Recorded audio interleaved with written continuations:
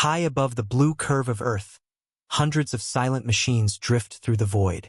Some are weather sentinels, tracking hurricanes and storms before they strike. Others stare outward, far beyond our solar system, searching for faint whispers of light from galaxies that no longer exist. Together, these machines form an invisible architecture encircling our planet, a network of steel, solar panels, and code that defines our modern civilization. Yet few ever think about how fragile this system really is. Every image from a weather satellite, every GPS signal guiding an airplane, every live broadcast from the other side of the planet, all of it depends on a choreography of machines moving with impossible precision through a deadly environment. A single fault, a mistimed command, or a fragment of debris no larger than a screw could destroy a billion-dollar satellite in a blink. The story of how we came to command the space above us is not one of triumph alone. It is a story of failures, of explosions that turned midnight skies into fire, of engineers chasing perfection in a place that offers none. From the first primitive beeps of Sputnik to the monumental complexity of the International Space Station, humanity's reach for orbit has always been a balance between vision and risk, progress and loss. In the beginning, satellites were symbols of power. They were built not to serve humanity, but to outpace rivals in an invisible war above the clouds. The space race turned nations into laboratories, and the sky into a proving ground. But over time, these same machines began to serve another purpose: to explore, to connect, and to understand. They became our eyes, our messengers, and our witnesses. Today, as new companies like SpaceX, Rocket Lab, and Blue Origin transform the space industry, the old certainties are fading. The age of massive state-owned rockets is ending, replaced by a commercial frontier driven by competition and ambition. Launch costs are falling. Missions once deemed impossible are now routine. Humanity is beginning to treat space not as a distant dream, but as an extension of its own geography. And yet, beneath the optimism, questions remain. What happens when thousands of satellites crowd the same orbit? When artificial constellations blanket the sky, changing what future generations will see when they look up? When private corporations, not governments, hold the keys to the heavens? This is not just a story of rockets and metal. It is a story of how a species that once looked up at the stars in wonder learned to send its machines among them, and of what that might mean for our future. Over the next chapters, we'll uncover how these silent travelers are built, launched, and sustained, how they shape our understanding of Earth and the universe beyond, and why, despite decades of progress, space remains as perilous and as magnificent as ever. Because in the end, the frontier is not out there. It's right above us, unfolding silently, orbit by orbit, in the endless night. In the cold twilight of October 4th, 1957, a small sphere of polished metal broke free from Earth's gravity and changed history forever. Sputnik 1, launched by the Soviet Union, was no larger than a beach ball. Yet its faint, rhythmic radio signal carried a message that echoed across the world. Humanity had entered the space age. For most people, the news came through their radios. A beeping sound, barely audible, transmitted from hundreds of kilometers above. But to scientists, engineers, and politicians, those simple tones were deafening. They meant that space, once the domain of imagination and myth, had become a strategic high ground. The race for orbit had begun. In the years that followed, the heavens filled with machines. The Americans responded swiftly with Explorer 1, carrying instruments to measure radiation belts that would later bear the name of physicist James Van Allen. What began as a contest of national pride quickly transformed into one of science, technology, and survival. Each side sought dominance not just on Earth, but in the void above it. These early satellites were marvels of ingenuity and risk. They were built in an era when no one truly understood what space could do to human engineering. Temperatures swung from blistering heat to deep freeze within minutes. Radiation-degraded materials no one had tested outside the atmosphere. And once a satellite was launched, there was no way to repair it. It either worked or it became space junk, orbiting silently as a reminder of human fallibility. Among the early pioneers were two types of spacecraft. Some, like Vanguard and Transit, orbited Earth to test navigation systems that would eventually lead to GPS. Others, like the Echo satellites, were nothing more than giant reflective balloons, experimental mirrors meant to bounce radio signals around the globe. Crude by modern standards, they were the prototypes of global communication. By the early 1960s, the competition for the skies had reached fever pitch. The Soviet Union launched Yuri Gagarin, the first human in space, and America answered with John Glenn, orbiting the Earth aboard Friendship 7. The Cold War had extended beyond the stratosphere. But beneath the rivalry, a new idea was taking shape, that space could be more than a battlefield, could become a bridge. In laboratories across the world, engineers began designing satellites not for war, but for observation. Machines that could watch the weather, map the continents, and study the magnetic field that shields our planet. They would become the silent observers of Earth's systems, the first sentinels in orbit. The European Space Agency's Sentinel satellites, for instance, would one day track the shifting climate from pole to pole, monitoring storms, ice flow, and deforestation with unparalleled precision. Meanwhile, the swarm satellites would measure subtle variations in Earth's magnetic field, a protective force that shields us from the sun's lethal radiation.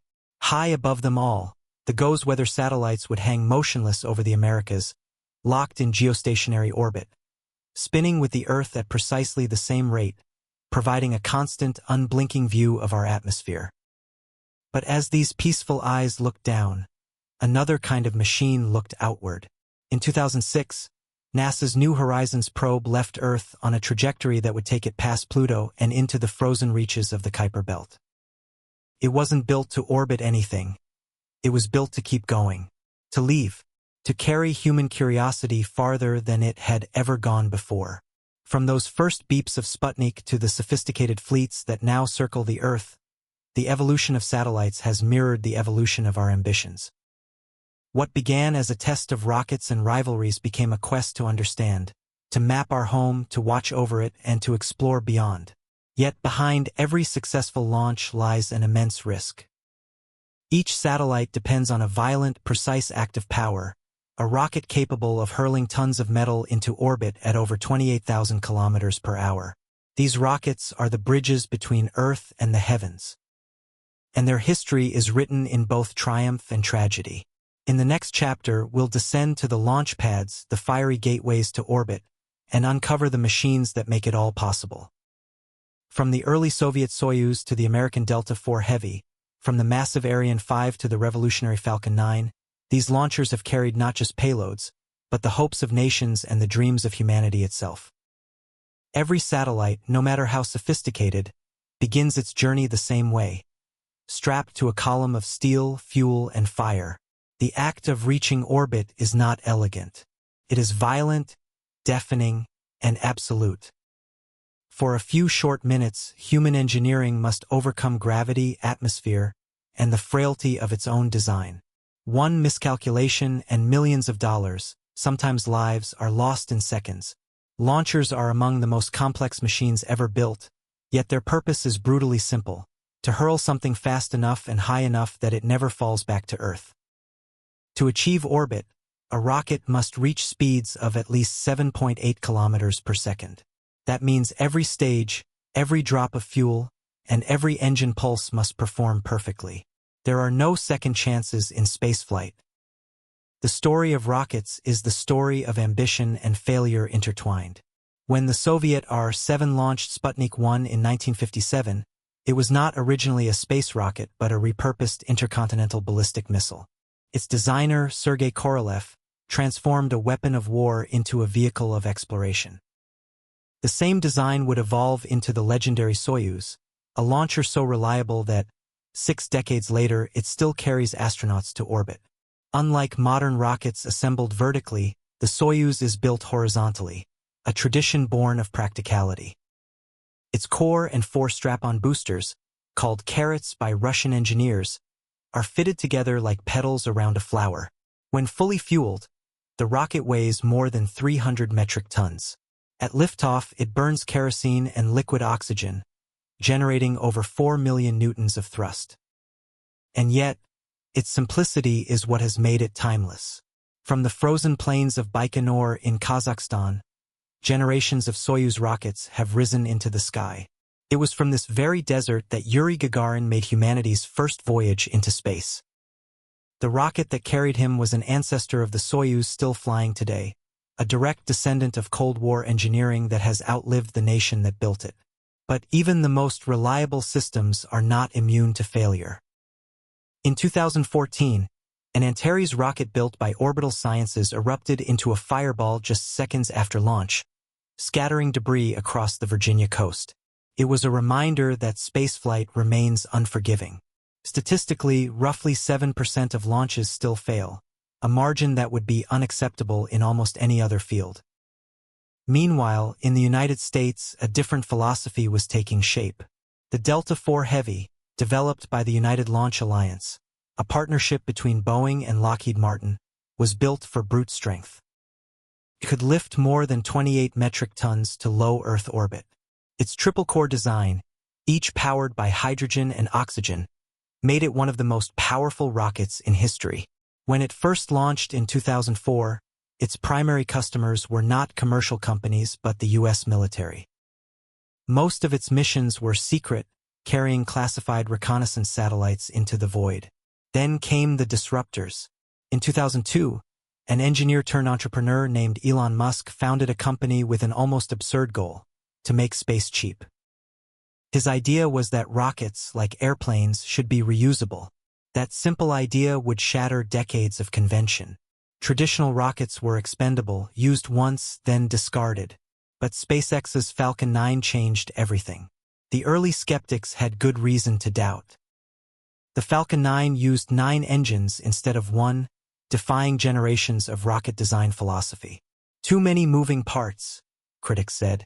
Too much risk. But as the engines roared to life and the rocket rose from Cape Canaveral, SpaceX proved that risk could lead to revolution. The breakthrough came not from launch but from landing. By using precise thrust control and GPS guidance, SpaceX managed to guide its first stage boosters back to Earth, landing them upright on ocean barges with near-surgical precision. What was once science fiction became standard practice. The implications were staggering: a reduction in launch costs by up to 70%, and a new era of commercial access to orbit. The Falcon Heavy, essentially 3 Falcon 9s strapped together, would go even further. In 2018, its maiden flight carried an unusual payload: Musk's own cherry-red Tesla Roadster, with a mannequin astronaut at the wheel. The stunt was audacious, but it worked. 2 of the 3 boosters returned flawlessly to Cape Canaveral. The third missed its drone-ship target at sea, a reminder that even in triumph, perfection in space remains elusive. Across the Atlantic, Europe pursued its own path. The Ariane 5, operated by Arianespace, became the backbone of Europe's heavy-lift capability. Though less powerful than the Delta IV Heavy, it was incredibly dependable. From the lush jungles of French Guiana, the Ariane 5 delivered more than half of the world's commercial satellites into orbit. Its successor, the Ariane 6, promises even cheaper launches through modular design and improved engines. Meanwhile, in Russia, the Proton rocket, once a Cold War giant, was nearing the end of its service. Designed in the 1960s, it had carried everything from space station modules to Mars probes. But its reliance on toxic fuel made it an environmental and political liability. In 2013, a Proton M crashed spectacularly just seconds after liftoff due to a sensor installed upside down. A simple human error that destroyed 3 satellites and shook confidence in the once proud launcher. New challengers were rising. In New Zealand, Rocket Lab's Electron rocket took a different approach. Built from carbon fiber and using 3D printed engines, it was designed for small satellites, the fast-growing microsat market. Instead of massive payloads, Electron specialized in agility and frequency, launching more often and at far lower cost. It was a symbol of the democratization of space, the idea that access to orbit need not belong only to superpowers. From the Soyuz to SpaceX, from Baikonur to Cape Canaveral, These machines form the arteries of our cosmic ambitions. Every flame on a launch pad is a declaration that despite cost, danger, and the vast indifference of space, humanity will keep reaching higher. But what happens after the fire fades? Once the payloads reach orbit and the silence returns? What becomes of these machines as they drift above us, endlessly circling, unseen? In the next chapter, we turn our gaze from the rockets to their destinations, the satellites themselves, and explore how they have changed not only science and communication, but our very perception of Earth. From far above the thin blue line of our atmosphere, the world appears as a single breathing organism. The continents swirl beneath layers of white cloud. Storms coil over oceans like living things. Rivers and forests pulse with color. And orbiting hundreds of kilometers above, silent sentinels record it all, machines built not to conquer, but to understand. Satellites are humanity's mirrors in the sky. They track, measure, and translate the planet's heartbeat into streams of data. Some stare downward, cataloging every movement of land, ocean, and air. Others look outward into deep space, searching for answers that have eluded us since the beginning.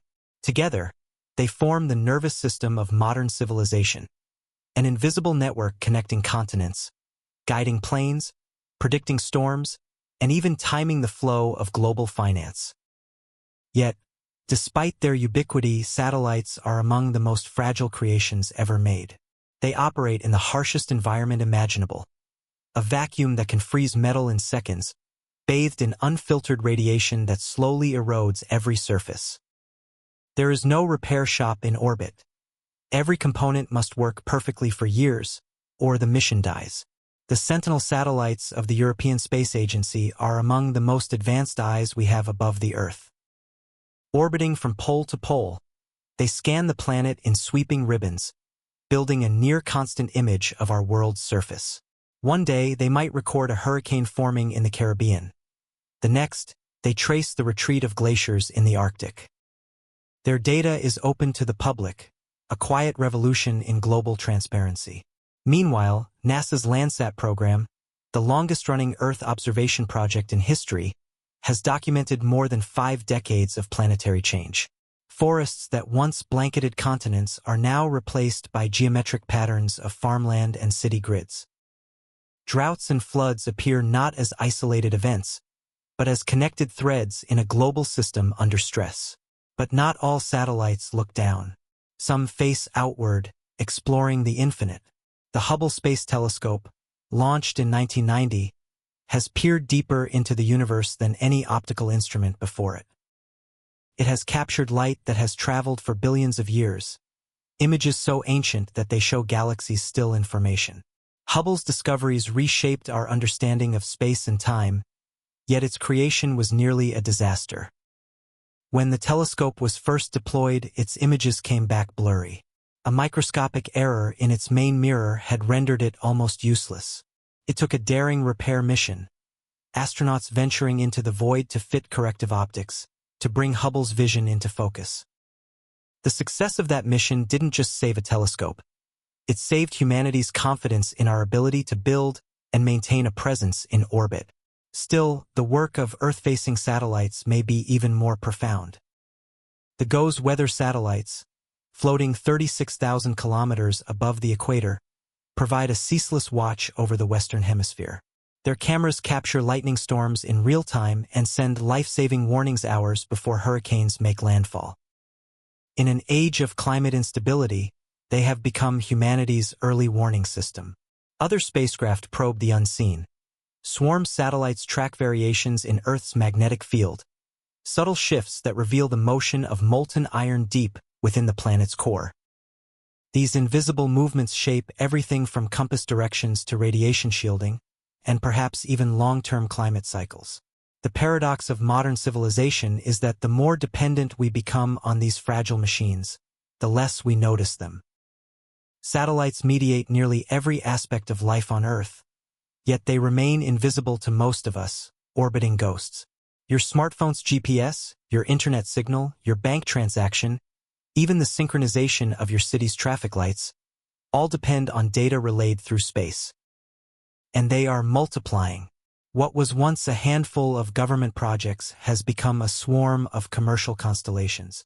Companies like Starlink, OneWeb, and Amazon's Kuiper plan to launch tens of thousands of satellites into low Earth orbit. Each one the size of a small desk, equipped with antennas and solar panels, reflecting sunlight as they streak across the night sky. Astronomers warn that this new wave of satellites could forever change how we see the cosmos. Long-exposure photographs of deep space now show streaks of reflected light, artificial scars across the ancient canvas of the stars. The night sky, humanity's oldest window to wonder, is becoming crowded. And then there's the debris. Every dead satellite, every fragment from past collisions, continues to orbit the Earth at speeds faster than a rifle bullet. The so-called Kessler syndrome, a cascading chain reaction of collisions, remains one of spaceflight's greatest fears. A single impact could trigger a debris storm that renders entire orbits unusable for decades. Despite these risks, humanity keeps building and launching more, because the rewards are immense, and the data they bring back is indispensable. Satellites are not just tools of science. They are tools of survival. They tell us when crops are failing, when seas are rising, when the atmosphere is changing. They are the storytellers of Earth itself. But to sustain them, we must maintain the infrastructure that keeps them alive, the stations, crews, and laboratories that orbit alongside them. Floating 400 kilometers above the planet, one such outpost has become the symbol of human collaboration and endurance, the International Space Station. In the next chapter, we'll step inside that extraordinary laboratory in the sky to see how nations once divided by politics now share a single home beyond the world, and how the future of space may depend on what happens within its walls.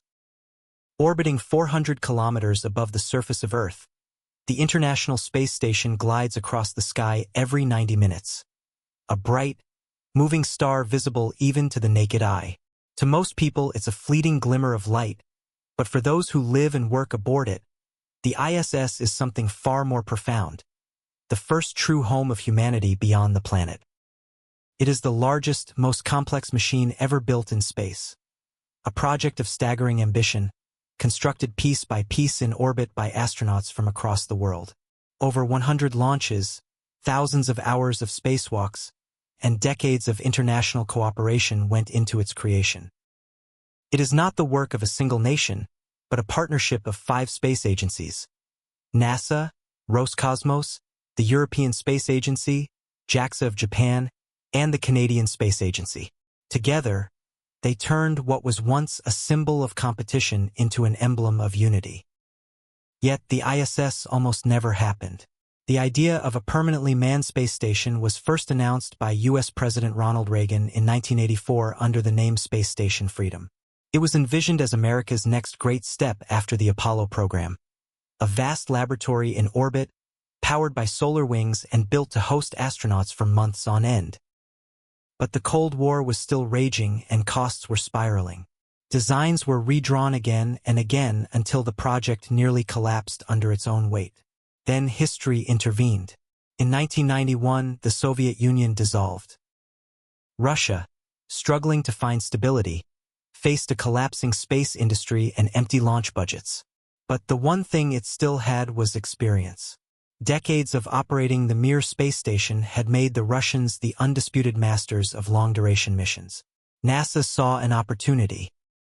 In an unlikely twist, 2 former rivals joined forces. American funding and Russian hardware merged into a single program, the International Space Station. Modules originally built for Russia's abandoned Mir 2 project were repurposed to form the ISS's first components.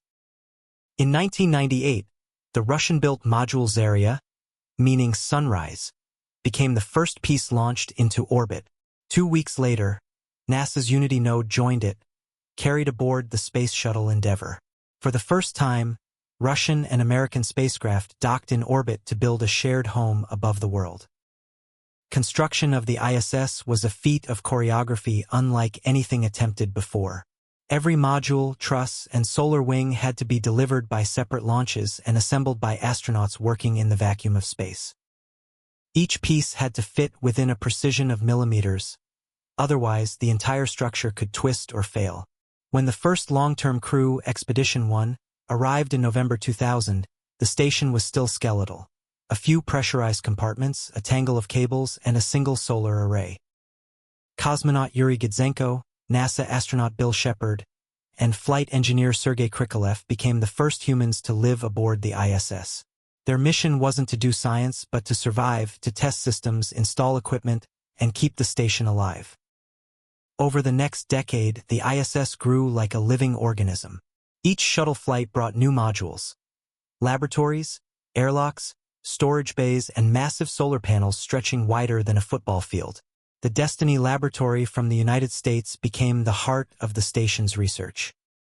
The European Columbus module and Japan's Kibo Lab expanded its capabilities further, turning the ISS into a fully functioning microgravity laboratory.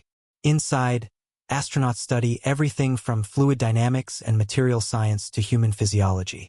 They grow plants in weightlessness, test 3D printers, and even sequence DNA, all in an environment where the rules of gravity no longer apply. Outside, the view is both humbling and transformative.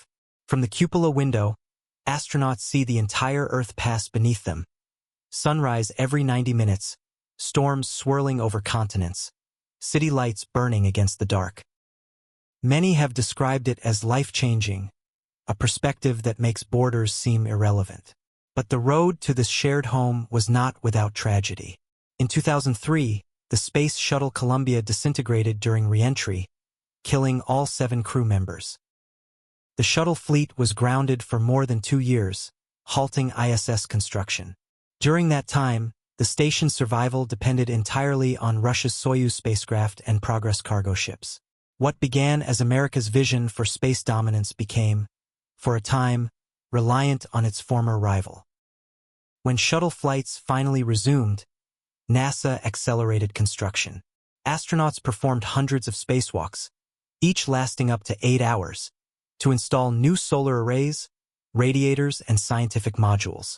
By 2011, with the retirement of the shuttle program, the ISS stood complete. 16 pressurized modules, 8 massive solar wings, and a total mass of over 400 tons.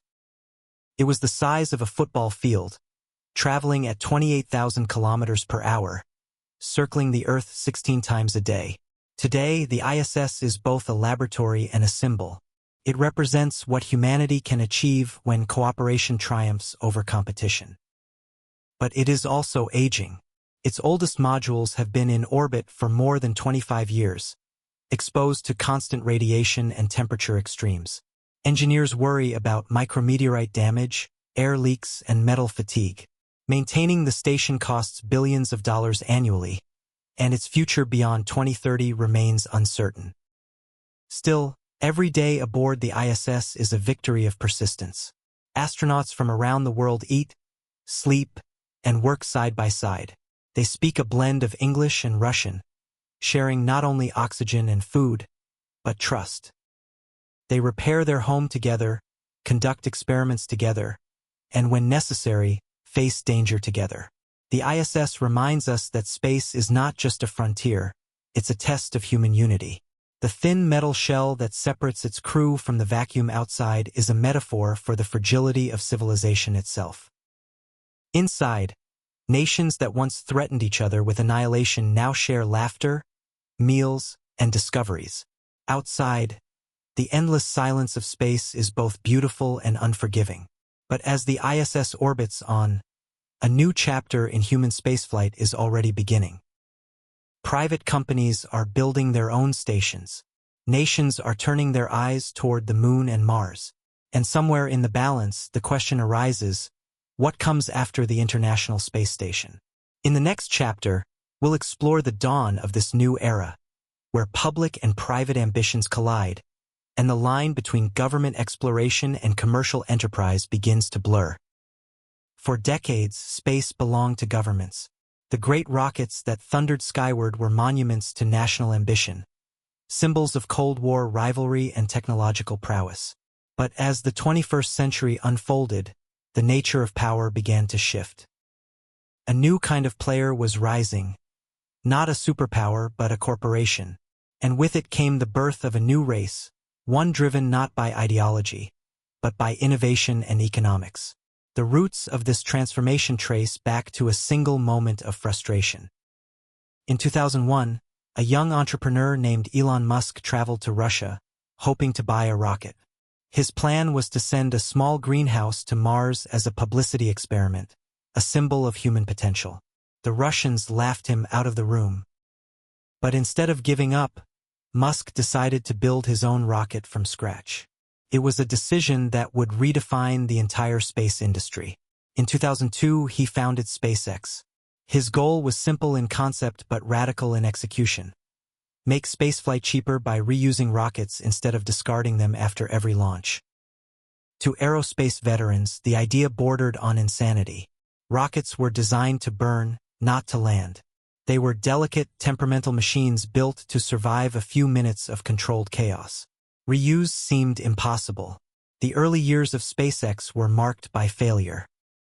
3 Falcon 1 launches ended in explosions. Financiers lost faith. Musk spent nearly all his personal fortune keeping the company alive. Then, in 2008, with only one rocket left, SpaceX succeeded. The Falcon 1 reached orbit, and overnight, the company went from underdog to contender. NASA took notice. Soon, the Falcon 9 was born, a medium-lift rocket powered by 9 Merlin engines, each designed in-house. Traditional aerospace companies scoffed at the clustered engine approach. But redundancy turned out to be a strength. If one engine failed, the rocket could still complete its mission. By 2012, SpaceX had not only reached the International Space Station with its Dragon cargo capsule, but had also brought it safely back to Earth, the first commercial company to do so. The revolution truly began when SpaceX achieved the impossible, landing a rocket back on Earth. On December 21, 2015, a Falcon 9 first stage descended through the atmosphere, fired its engines one last time, and touched down upright at Cape Canaveral. A moment once imagined only in science fiction had become reality. Within a year, the company was landing boosters routinely, on solid ground and on autonomous drone ships at sea. The world's most expensive part of the rocket had become reusable. The implications were enormous. Launch costs plummeted. What had once been a billion-dollar national project could now be done for a fraction of the price. Space was open for business. Other companies followed. Jeff Bezos's Blue Origin tested its New Shepard rocket for suborbital tourism and began work on New Glenn, a massive orbital launcher designed to compete directly with SpaceX. Rocket Lab, a startup from New Zealand, introduced the Electron rocket, the first to use electric turbopumps and 3D printed engines. Instead of chasing heavy payloads, Electron targeted the booming market of small satellites. This shift was not just technological, it was cultural. For the first time, the space frontier was being shaped by entrepreneurs rather than bureaucrats. Risk-taking replaced slow consensus. Iteration replaced perfectionism. Failure was no longer a disaster but a step toward success. Governments took notice. NASA, facing shrinking budgets and the retirement of the space shuttle, began outsourcing key missions. Its commercial resupply services and commercial crew programs invited private companies to build and operate spacecraft for the International Space Station. SpaceX and Boeing became its first partners. In May 2020, history repeated itself in a new form. The Crew Dragon capsule carried astronauts Doug Hurley and Bob Behnken to orbit, the first crewed launch from American soil in nearly a decade, and the first ever by a private company. As the spacecraft docked autonomously with the ISS, the message was unmistakable. The age of commercial spaceflight had arrived. Yet the new space race is not just about reaching orbit, it's about who controls it. Thousands of small satellites are being launched to form megaconstellations that promise global internet coverage. SpaceX's Starlink, Amazon's Kuiper, and OneWeb each plan to blanket low Earth orbit with tens of thousands of satellites. These networks could revolutionize communication, but they also raise concerns. Astronomers warn of light pollution obscuring the stars. Regulators worry about orbital congestion and the growing threat of collisions. The economics of space are also shifting in unpredictable ways. Once a realm of exploration, orbit has become a marketplace. Nations now compete for launch contracts, mining rights, and communications frequencies. Private investors speak not in scientific terms, but in market share, bandwidth, and ROI. The dream of exploration has merged with the logic of capitalism. Still, this commercialization has opened doors once thought closed. Developing nations can now afford to launch satellites for agriculture, mapping, and disaster management. University-built nanosatellites, some no larger than a shoebox, perform experiments that once required billion-dollar budgets. The democratization of space is real, but so are its risks. What happens when the sky becomes crowded? When thousands of companies race to occupy orbital lanes? The danger is no longer theoretical. In 2009, a defunct Russian satellite collided with a U.S. communications satellite, generating thousands of debris fragments that continue to circle the Earth today. Each piece travels at speeds exceeding 27,000 kilometers per hour, fast enough to destroy another satellite on impact. The nightmare scenario, known as the Kessler syndrome, envisions a chain reaction of collisions that could render low Earth orbit unusable for generations. And yet, humanity continues to launch more, because the rewards are too great and the momentum unstoppable. We are entering an age where space is not the final frontier, but the next marketplace, a realm of opportunity, competition, and consequence. In the next chapter, we'll explore the deeper implications of this new era, how the commercial revolution in orbit is reshaping geopolitics, international law, and our understanding of ownership beyond Earth. For most of human history, the heavens belonged to no one. The sky was shared, its stars a map of stories rather than territories. But in the 21st century, that ancient assumption is starting to fracture. As orbit grows crowded with satellites, rockets, and space stations, a profound question looms. Who owns space? The first attempt to answer that question came in 1967, at the height of the Cold War. The United States, the Soviet Union, and dozens of other nations signed the Outer Space Treaty, a document that would become the foundation of space law.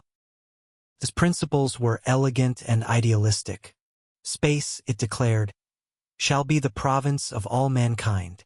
No nation could claim sovereignty over the moon or any celestial body. Weapons of mass destruction were forbidden in orbit. The use of space was to be peaceful, cooperative, and free. But the treaty was written in an era when only 2 nations could reach orbit. It never imagined a world of commercial rockets, private stations, and companies selling lunar mining rights. The law has not kept pace with reality. Today, more than 80 countries operate satellites, and hundreds of private corporations have access to space. The old rules, designed for superpowers, no longer fit a frontier open to everyone. A handful of nations have begun to pass their own laws granting companies the right to claim resources from asteroids or the moon. The United States took the lead in 2015 with its Commercial Space Launch Competitiveness Act, followed by Luxembourg, Japan, and the United Arab Emirates. Each declared that extracting space resources was legal, not ownership of territory, but of what one retrieves. This semantic distinction is thin. Mining an asteroid may not mean owning it, but it certainly implies control. Critics warn that such moves risk turning the cosmos into a legal Wild West, where the fastest and richest actors seize the most valuable orbits and resources. Supporters argue the opposite, that without property rights, no one will invest in the technologies needed to make space sustainable. Behind these debates lies a deeper tension, the collision between exploration and exploitation. The same visionaries who dream of colonizing Mars also see profit in asteroid mining, space tourism, and off-world manufacturing. The question is no longer if humans will build economies in space, but who will rule them. Orbit itself is already a contested domain. Radio frequencies and orbital slots are finite resources, governed by the International Telecommunication Union, ITU. As megaconstellations like Starlink and OneWeb deploy tens of thousands of satellites, smaller nations struggle to secure access to these invisible highways. The digital divide risks becoming a celestial one, where the sky above rich nations becomes privatized, while the rest of the world looks up at a grid they do not own. Geopolitics has followed this migration skyward. The same rivalries that once played out in oceans and deserts now unfold in low Earth orbit. The United States, China, Russia, and the European Union each maintain fleets of surveillance and navigation satellites. China's Beidou, Europe's Galileo, and America's GPS systems are not just tools of convenience, they are instruments of sovereignty. Control of timing and navigation means control of military precision, economic transactions, and communication infrastructure. In 2021, China completed its Tiangong space station, operating entirely independent of the ISS. Meanwhile, Russia began exploring partnerships with India and China for lunar projects. The era of cooperative space exploration is giving way to strategic realignment. Space, once a shared dream, is becoming an extension of Earth's rivalries. Yet, amid this tension, some hope remains. The Artemis Accords, a framework proposed by NASA, seek to update the principles of the Outer Space Treaty for a new age. They promote transparency, safety zones, and responsible resource use. More than 30 nations have signed on. But critics argue the accords are US-centric, serving the interests of American-led ventures like SpaceX and Blue Origin.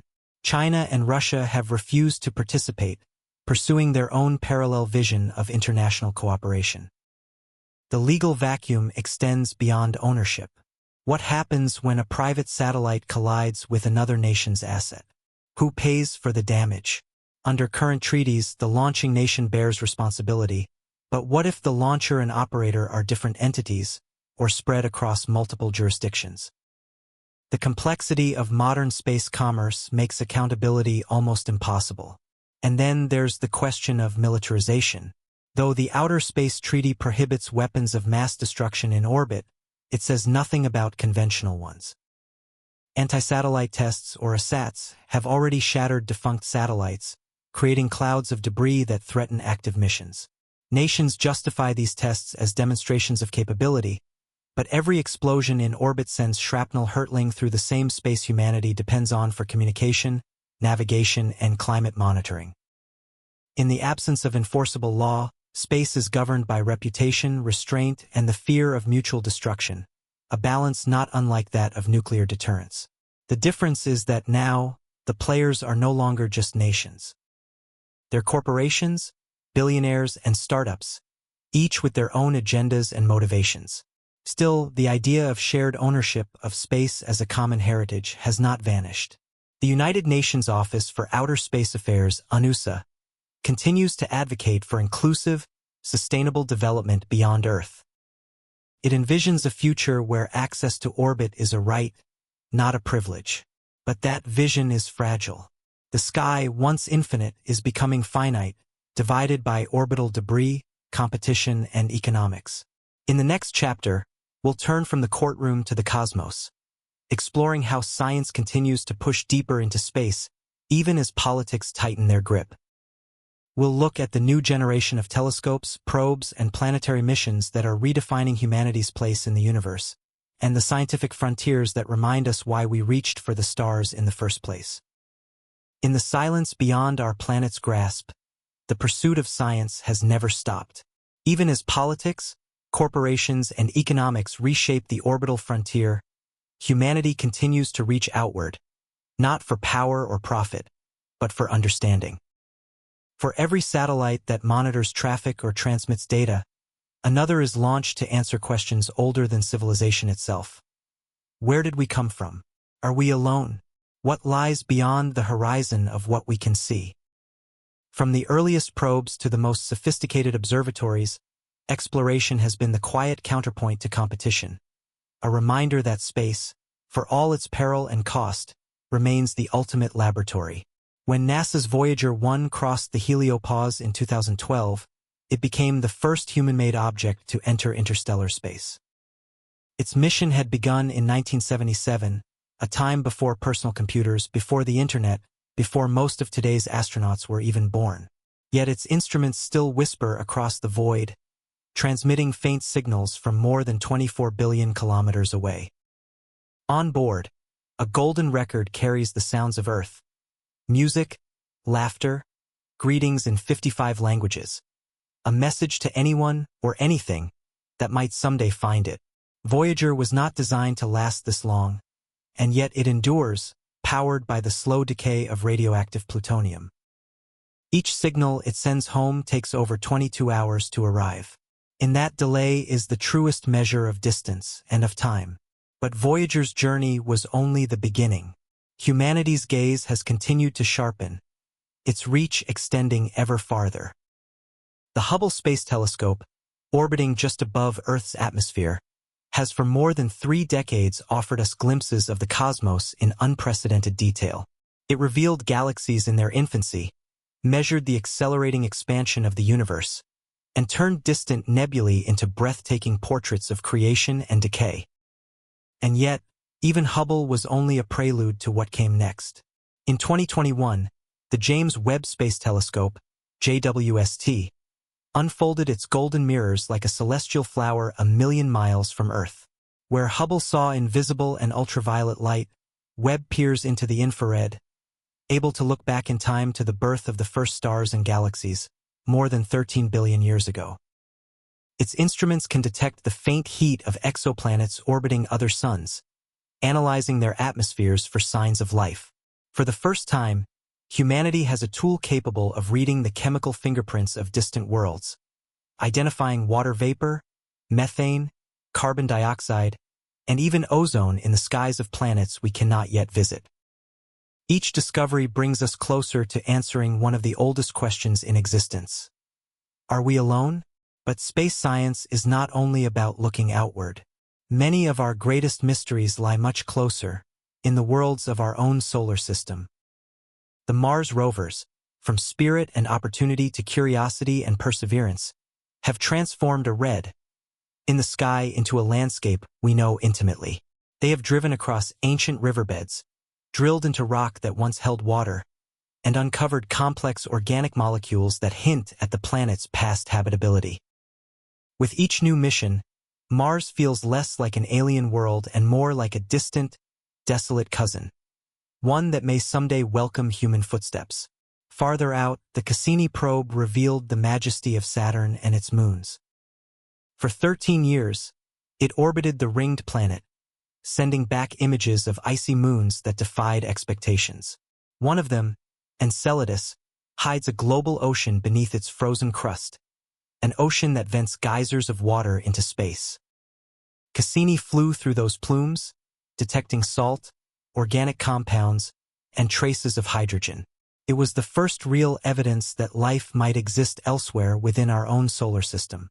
Its final act, a deliberate plunge into Saturn's atmosphere in 2017, was both an ending and a promise.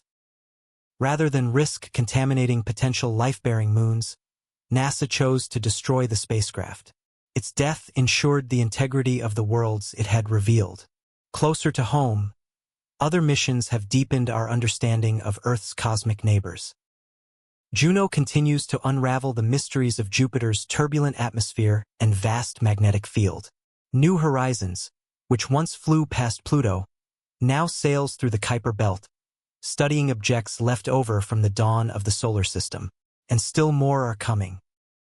The Europa Clipper will soon head for Jupiter's icy moon, searching for signs of life beneath its frozen shell. The Dragonfly drone will explore Titan's methane lakes. Each mission expands our sense of what life and exploration can mean. Meanwhile, Earth orbit itself has become a platform for science. The International Space Station conducts hundreds of experiments every year, studying bone loss, protein crystallization, and the physics of combustion in microgravity. These investigations are not abstract. They prepare us for long-duration missions to the Moon, to Mars, and perhaps one day beyond. The collaboration between agencies like NASA, ESA, JAXA, and private industry has blurred traditional boundaries. SpaceX rockets launch scientific probes for government clients. The European Ariane family carries American telescopes. Japan's Hayabusa 2 returned samples from an asteroid. NASA's OSIRIS-RX followed with its own. The new frontier is global, interconnected, and, increasingly commercial. Yet, behind every triumph, there is a shadow. Scientific missions depend on funding cycles, political will, and public imagination.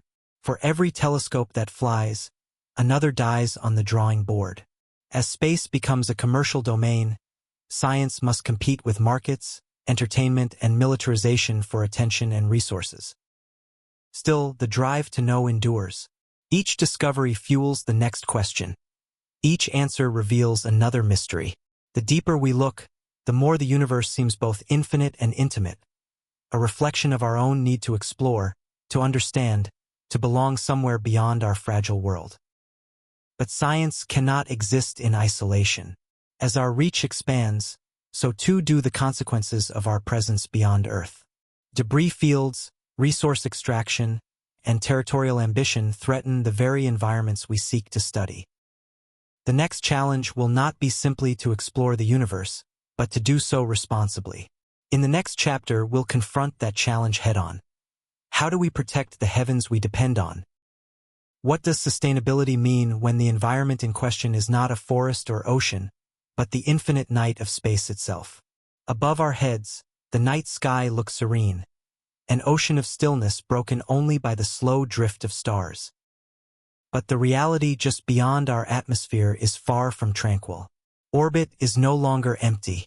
It is a graveyard of forgotten machines, fragments of collisions, and shards of humanity's progress.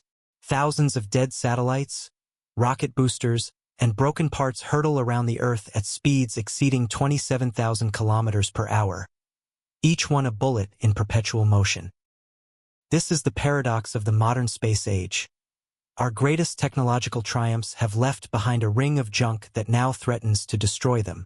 The same orbits that carry communication, navigation, and weather satellites, the infrastructure of our digital civilization, are becoming crowded and unstable. Scientists call it the Kessler syndrome, a runaway chain reaction in which one collision creates fragments that strike others, multiplying exponentially until entire orbital regions become unusable. The first warning came decades ago. In 2009, a defunct Russian satellite, Cosmos 2251, collided with an active American communications satellite, Iridium 33. The impact shattered both spacecraft into more than 2,000 trackable fragments and tens of thousands of smaller ones. Every one of those pieces remains in orbit today, circling the planet like invisible shrapnel. Such events are no longer rare. In 2007, China destroyed one of its own weather satellites during an anti-satellite missile test, generating more than 3,000 pieces of debris, the single largest debris-creating incident in history. Other nations have conducted similar tests, each leaving behind clouds of metal and plastic that could remain aloft for centuries. The problem is not just quantity, but velocity. Even a fragment the size of a marble can punch a hole through steel. The International Space Station regularly performs avoidance maneuvers, adjusting its orbit to dodge incoming debris. Astronauts aboard know that a single strike could be catastrophic. The station's windows are layered with fused silica and aluminum, its hull armored against micrometeorites, yet none of it guarantees safety. The sky above Earth is becoming a shooting gallery. Tracking this chaos has become an entire field of science. The U.S. Space Surveillance Network monitors more than 30,000 objects larger than 10 centimeters, using radar and telescopes spread across the globe. But millions of smaller fragments remain undetectable, each capable of destroying a satellite worth hundreds of millions of dollars. The European Space Agency's Space Debris Office estimates that there are now over 100 million pieces of debris smaller than a centimeter in orbit. And the pace of launches continues to accelerate. With mega-constellations like Starlink and OneWeb deploying tens of thousands of satellites, low Earth orbit has become a construction site without an exit plan. These constellations rely on redundancy. If one satellite fails, another takes its place. But when the failed ones linger, the risk multiplies. Without strict regulation and active removal, the very environment on which our modern world depends could collapse under its own clutter. Solutions are emerging, though none are easy. Some companies propose active debris removal, sending small spacecraft equipped with nets, harpoons, or magnetic tethers to capture and deorbit defunct satellites. Japan's Epsilon and ESA's ClearSpace 1 missions are pioneering efforts in this direction, planning to physically remove junk from orbit. Others explore the idea of drag sails, lightweight membranes that deploy from dead satellites, increasing atmospheric resistance and helping them fall back to Earth faster. Yet these measures face legal and logistical challenges. Who pays for cleanup? Who has the right to remove an object that technically still belongs to its original owner, even if it's long dead? International law provides no clear answers. The sky is a commons, but one without custodians. Ironically, the very nations that created the problem are the ones least incentivized to fix it. Deorbiting debris is expensive and yields no profit. Launching new satellites, by contrast, is cheaper and politically rewarding. The economics favor expansion, not preservation. Still, the consequences of inaction are growing harder to ignore. In 2021, a fragment from a 1996 rocket exploded spontaneously, scattering hundreds of new pieces into orbit. In 2023, a discarded rocket booster struck the moon, leaving a double crater nearly 30 meters wide. Each incident underscores the same truth. Once launched, nothing in space ever truly disappears. Scientists are beginning to treat low Earth orbit as an ecosystem, one that, like any environment, can be polluted, damaged, or destroyed.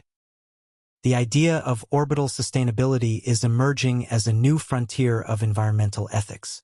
It asks us to consider not just how we use space, but how we leave it for those who come after us. Some agencies are taking the lead. The European Space Agency now mandates that all new satellites must deorbit within 25 years of mission completion. The U.S. Federal Communications Commission has shortened that window to 5 years. The United Nations has issued voluntary guidelines for debris mitigation. But without global enforcement, these rules remain aspirations, not obligations. Meanwhile, artists and philosophers have begun to ask deeper questions. What does it mean that the sky, once a symbol of purity and freedom, is now scarred by the remnants of human ambition? At night, the streaks of Starlink satellites already outshine the Milky Way in some regions. For astronomers, the stars are being erased by our own reflection. The crisis of orbit is not simply a technical problem. It is a mirror held up to civilization itself, a reminder that even in the infinite we find ways to create scarcity. The same patterns that have polluted oceans and altered climates are repeating in the void. Space is teaching us a lesson we have yet to learn fully on Earth. Nothing we build is truly isolated, and no frontier is immune to consequence. And yet, amid this growing danger, a new movement is taking shape, one that seeks not just to survive in space, but to thrive responsibly. Engineers, environmentalists, and entrepreneurs are beginning to talk not about conquest, but about stewardship. They imagine orbital traffic controlled by AI, satellites designed to self-destruct cleanly, and cooperative systems that share responsibility across nations. If the 20th century was defined by the race to reach space, the 21st will be defined by how we choose to live with it. In the next chapter, we'll explore that transition, the rise of sustainable technology, renewable energy in orbit, and the new generation of missions that blend scientific purpose with environmental conscience. This is the story of how humanity might learn, at last, to coexist with the cosmos it has disturbed. In the shadow of a growing orbital crisis, a quiet revolution is taking shape, one not driven by power or competition, but by conscience. Engineers, scientists, and entrepreneurs are beginning to rethink how humanity interacts with the space environment. The next era of exploration will not be measured solely by how far we go, but by how responsibly we get there. Sustainability, once a concept rooted in Earth's forests and oceans, has found a new frontier, orbit. The same principles that guide renewable energy and conservation on our planet are now being applied to the skies above it. For the first time, space agencies and private companies are designing missions with end-of-life plans, recyclable materials, and low-impact propulsion. The goal is simple but transformative: to ensure that exploration can continue without consuming the very environment it depends on. One of the first major steps toward this vision is propellant innovation. Traditional rocket fuels, hydrazine, kerosene, and hypergolics, are toxic and environmentally hazardous. They contaminate launch sites, corrode hardware, and release greenhouse gases during combustion. But new propellants are changing the equation. Companies like Astra and Skyrora are developing bio-derived fuels from waste plastics and organic materials. ESA's Green Propellant Infusion Mission, GPIM, has already demonstrated a new, non-toxic monopropellant that's safer for both humans and the environment. Even the design of rockets is evolving. Reusability, once dismissed as impossible, has become the foundation of sustainability in launch systems. SpaceX's Falcon 9 and Falcon Heavy boosters routinely return to Earth, drastically reducing the need to build new hardware for every flight. Blue Origin's New Shepard and New Glenn, Rocket Lab's Electron, and Europe's upcoming Ariane Next are following the same philosophy. Build once, use many times. This new engineering mindset extends beyond launchers. Satellite manufacturers are embracing modular design, allowing spacecraft to be upgraded or repaired in orbit rather than abandoned. Startups like OrbitFab envision a gas station network in space, refueling satellites to extend their lifespan. Instead of littering orbit with dead machines, we may one day have a closed-loop system where satellites are serviced, recycled, or repurposed indefinitely. Another frontier of innovation lies in in-orbit manufacturing, building components directly in space rather than launching them from Earth. The ISS has already tested 3D printing in microgravity, demonstrating the ability to create tools and parts on demand. Private companies such as Made in Space, now Redwire, are developing systems that can fabricate large structures, telescopes, antennas, even space station modules without ever leaving orbit. The environmental impact of launch can thus be reduced, and materials sourced from asteroids or the moon could one day replace those mined on Earth. Even solar energy, abundant, clean, and constant in orbit, is being reimagined as a global resource. Space-based solar power, once dismissed as science fiction, is now a serious engineering pursuit. By collecting sunlight in space and beaming it to Earth as microwaves, these systems could deliver continuous renewable energy unaffected by weather or nightfall.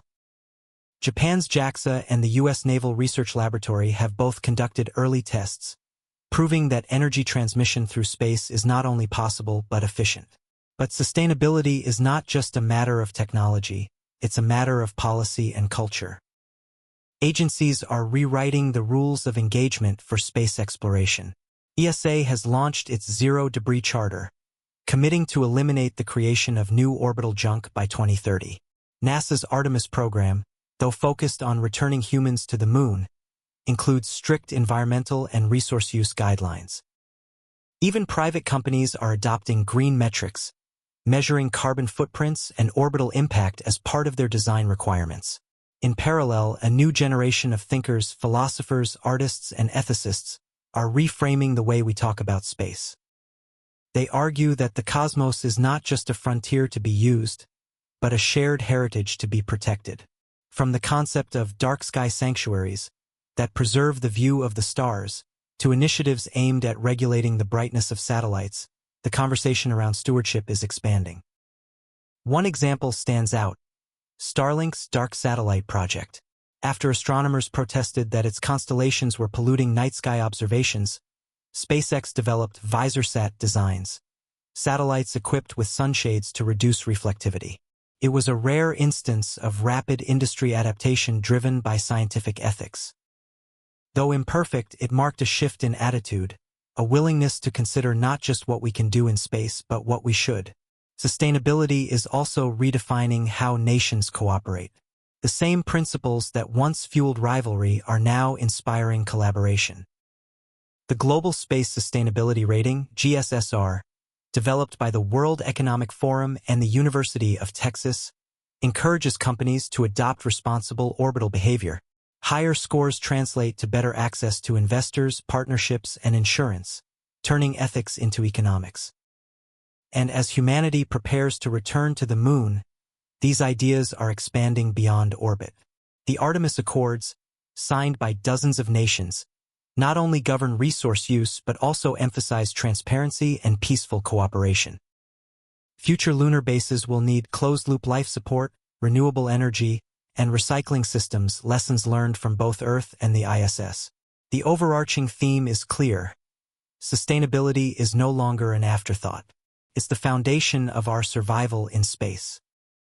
Every step forward must balance ambition with accountability, exploration with preservation. For the first time, engineers are designing missions not just for success, but for graceful endings. Rockets that fall safely into the ocean. Satellites that burn up completely upon re-entry. Spacecraft that leave no trace behind. It is a profound shift, from conquering the heavens to coexisting with them. And yet, for all our progress, there remains an undercurrent of urgency. The same technologies that promise a greener, safer future could also be repurposed for control, surveillance, and militarization. The line between sustainability and domination is thin, and history has shown how easily good intentions can be reshaped by power. In the next chapter, we'll confront that duality, examining how innovation in space sustainability has also opened the door to a new kind of conflict. A quiet, invisible battle for dominance in orbit. For all the promises of peace and cooperation, the sky above Earth has never been free of conflict. Since the first satellite beeped across the radio spectrum in 1957, orbit has been a contested domain, a high ground invisible to most yet vital to all. It is the place where nations watch, communicate, and prepare. And in the 21st century, that hidden battlefield has become more sophisticated, more strategic, and more dangerous than ever before. The militarization of space began not with weapons but with eyes. The first reconnaissance satellites were launched under the shroud of secrecy. In 1960, the United States deployed Corona, a satellite capable of photographing the Soviet Union from orbit. Its film was ejected in canisters that parachuted back to Earth, caught midair by aircraft before they could sink into the ocean. Each roll of film revealed what spies could not: missile silos, airbases, movements of fleets. In return, the Soviets launched their own surveillance networks. Thus began the quiet war of observation. As technology advanced, so did the stakes. Communications, navigation, and timing systems, once the domain of science, became the nervous system of modern militaries. GPS, originally designed for navigation, is now used to guide precision missiles.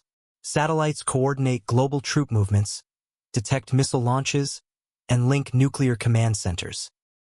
The line between civilian and military space assets blurred until it almost vanished. Every launch, every orbit, carries a dual-use potential. A weather satellite can track storms or troop convoys. A communications satellite can connect remote villages or encrypted military units. Even telescopes can double as surveillance instruments. In a sense, every machine above Earth is both a tool and a weapon, depending on how it's used. The transformation accelerated in the last 2 decades. China's 2007 anti-satellite test marked a turning point, proving that it could shoot down a spacecraft in orbit. The United States responded with Operation Burnt Frost in 2008, destroying one of its own malfunctioning satellites using a modified naval missile. India joined the club in 2019, and Russia followed in 2021. Each test sent shockwaves, both figuratively and literally, through the orbital ecosystem, scattering debris and signaling capability. Space warfare is not fought with explosions and bullets, but with blinding lasers, radio waves, and algorithms. Electronic warfare satellites can jam signals or spoof navigation systems. Cyber attacks can disable spacecraft without a single shot fired. In 2022, a cyber intrusion on a commercial satellite network disrupted communications across parts of Europe, collateral damage in a terrestrial conflict that had spilled into orbit. Even the tools of sustainability can be turned to darker ends. A spacecraft built to remove debris can, with minimal modification, pull an active satellite out of position. A robotic arm designed for repair can just as easily disable. The same technologies that promise cleaner, safer orbits are also the perfect instruments of interference. Recognizing this reality, nations are reorganizing their militaries to prepare for a new kind of defense. The United States established the U.S. Space Force in 2019, marking the first creation of a new military branch in over 70 years. France, Japan, and the United Kingdom have followed suit with their own space defense units. China's Strategic Support Force oversees both space and cyber operations, integrating them into a single command structure. Space, once a scientific domain, has become the fifth recognized theater of warfare, alongside land, sea, air, and cyberspace. But direct confrontation in orbit remains too costly to risk. A single destroyed satellite can generate thousands of debris fragments that threaten friend and foe alike. Instead, nations engage in a silent arms race of capability demonstrations, testing proximity operations, stealth technologies, and signal disruptions. In 2020, a Russian inspection satellite approached a U.S. spy satellite so closely that the Pentagon labeled it abnormal and potentially threatening. Officially, it was an experiment. Unofficially, it was a message. Beneath this competition lies a deeper vulnerability: dependency. Modern civilization cannot function without space infrastructure. GPS coordinates global trade, aviation, and finance. Weather satellites guide agriculture and disaster response. Even power grids rely on satellite timing. A targeted strike on a handful of key satellites could cripple economies and plunge nations into chaos. It is a deterrent unlike any before, invisible, omnipresent, and entangled in every aspect of daily life. To manage this new landscape, diplomacy has entered orbit. The United Nations Committee on the Peaceful Uses of Outer Space (COPUOS), the Conference on Disarmament, and independent coalitions are working to establish norms of behavior, rules of the road, for satellites. Proposals include bans on debris-generating tests, codes of conduct for close approaches, and transparency in military launches. Yet enforcement remains elusive. Space has no borders, no police, and no court. Power, as always, governs behavior. Still, not all hope is lost. In recent years, a subtle form of deterrence has emerged: mutual visibility. With hundreds of commercial telescopes and radar arrays tracking every object in orbit, secrecy is fading. When everyone can see what everyone else is doing, escalation becomes riskier. Transparency, once the enemy of military advantage, may become the key to survival. The irony of this new age is that the very technologies developed for war have also advanced peace. Precision satellites reduce collateral damage. Early warning systems prevent surprise attacks. Communication constellations keep nations talking even in times of tension. Space may be a battlefield, but it is also a bridge, one that humanity cannot afford to burn. As we stand at this crossroads, the question is no longer whether space will be militarized; it already is. The real question is how we will live with that reality. Can we build systems resilient enough to survive conflict without destroying the sky? Can deterrence coexist with cooperation? In the next chapter, we'll explore how those questions are shaping the next great transition in human spaceflight: the return to the moon and the dawn of a multi-planet civilization. Because even as we weaponize the heavens, we are also preparing to inhabit them. Half a century ago, in July 1969, two men stepped onto another world. Their footprints, preserved in lunar dust, marked both a triumph and a pause, the height of human exploration and the beginning of a long silence. For decades after Apollo 17 left the moon in 1972, humanity looked outward but never returned. The stars beckoned, but our attention turned inward, toward satellites, telescopes, and space stations. The moon became a memory, a relic of an age when exploration seemed limitless. Now that silence is breaking.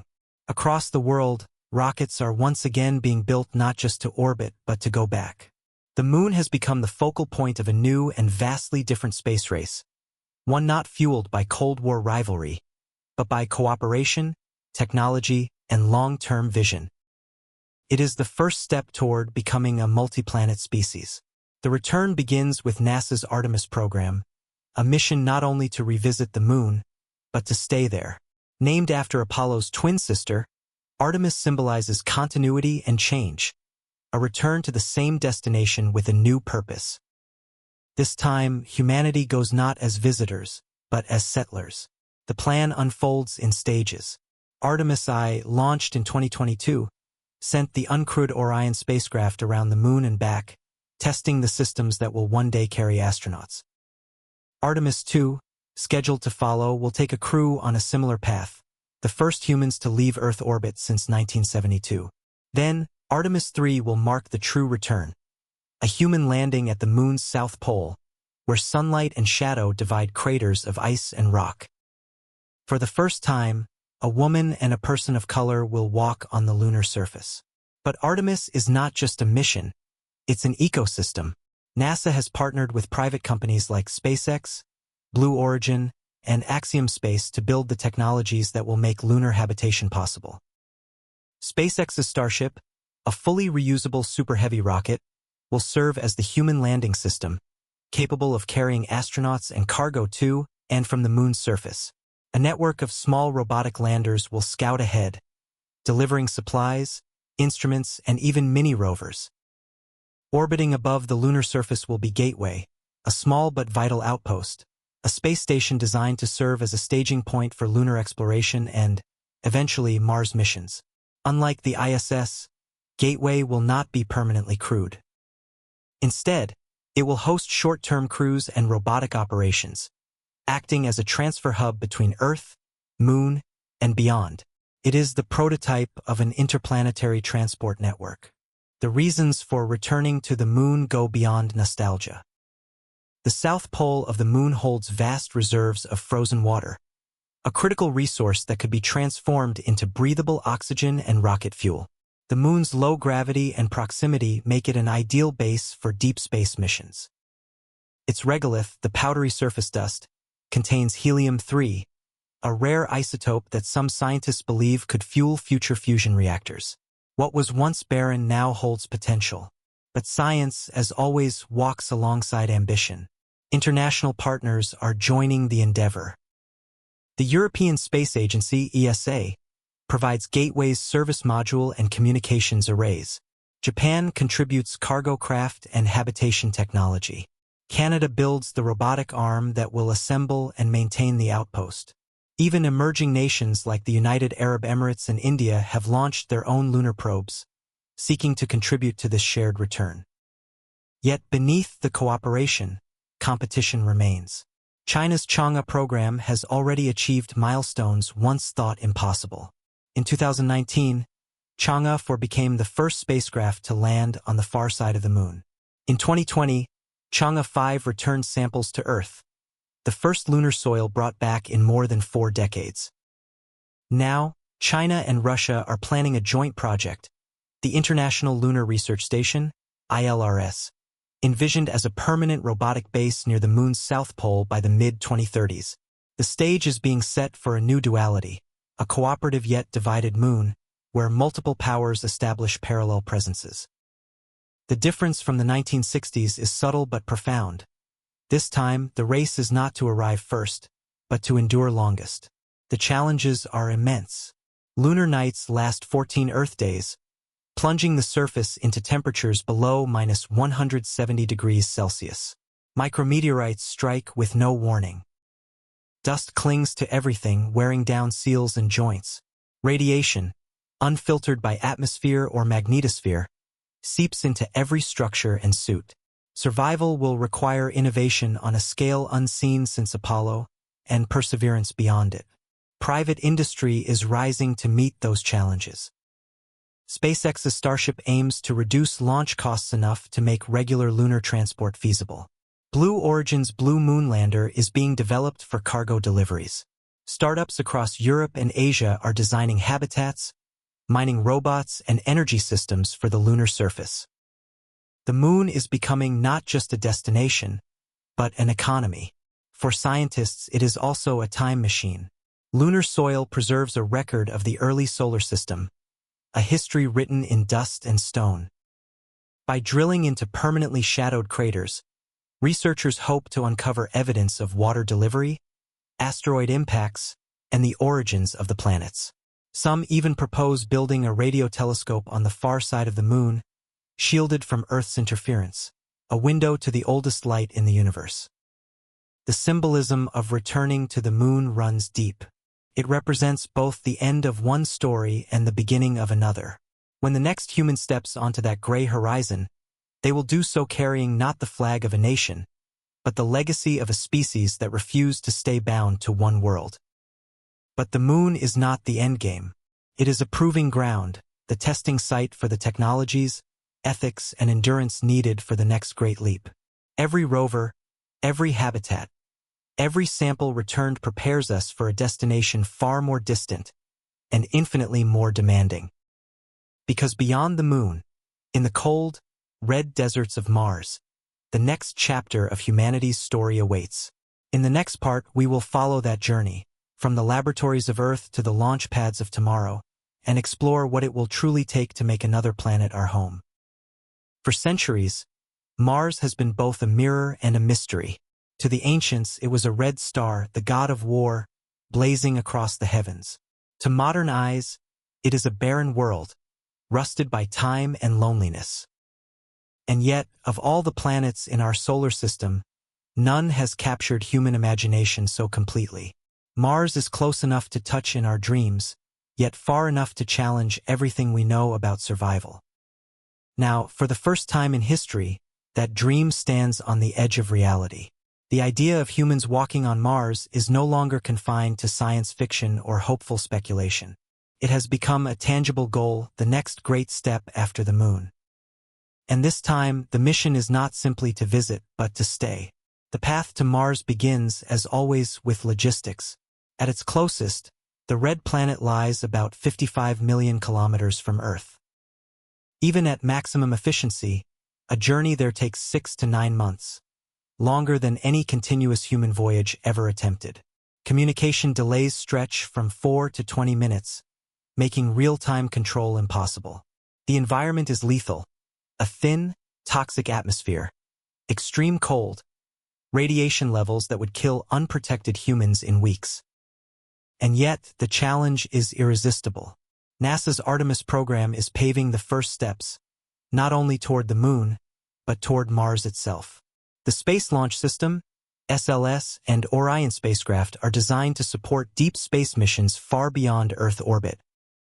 The lessons learned from the Lunar Gateway and long-duration missions aboard the ISS will inform how to live and work in isolation millions of kilometers from home.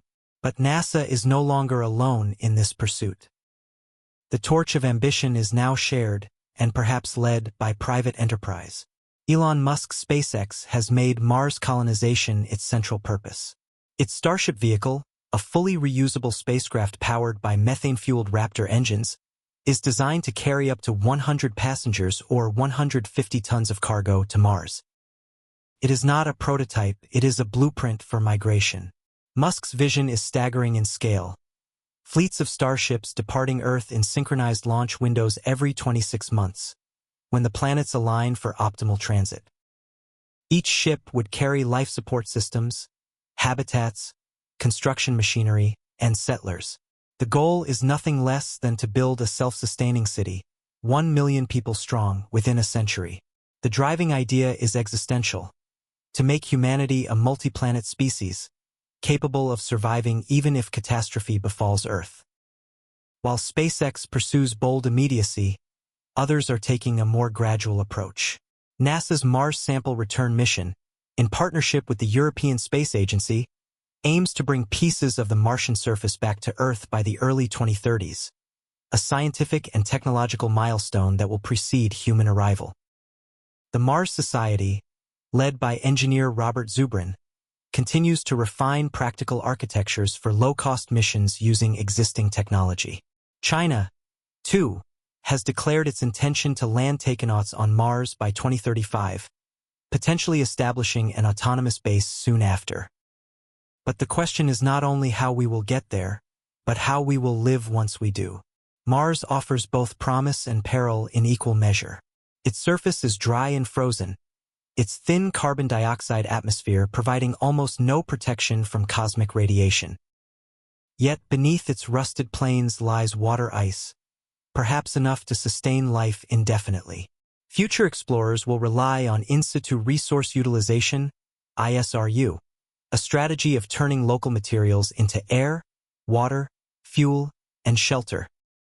Robots will lead the way, constructing habitats from Martian regolith compressed into concrete-like bricks. Solar panels will stretch across the plains, powering life support domes and greenhouses. Oxygen will be extracted from the atmosphere using electrolysis, while crops grow under LED lights in sealed biomes. Every system will be closed-loop, recycling air, water, and waste in a delicate balance. Failure in one subsystem could spell catastrophe. The first crews will live more like researchers in Antarctica than settlers.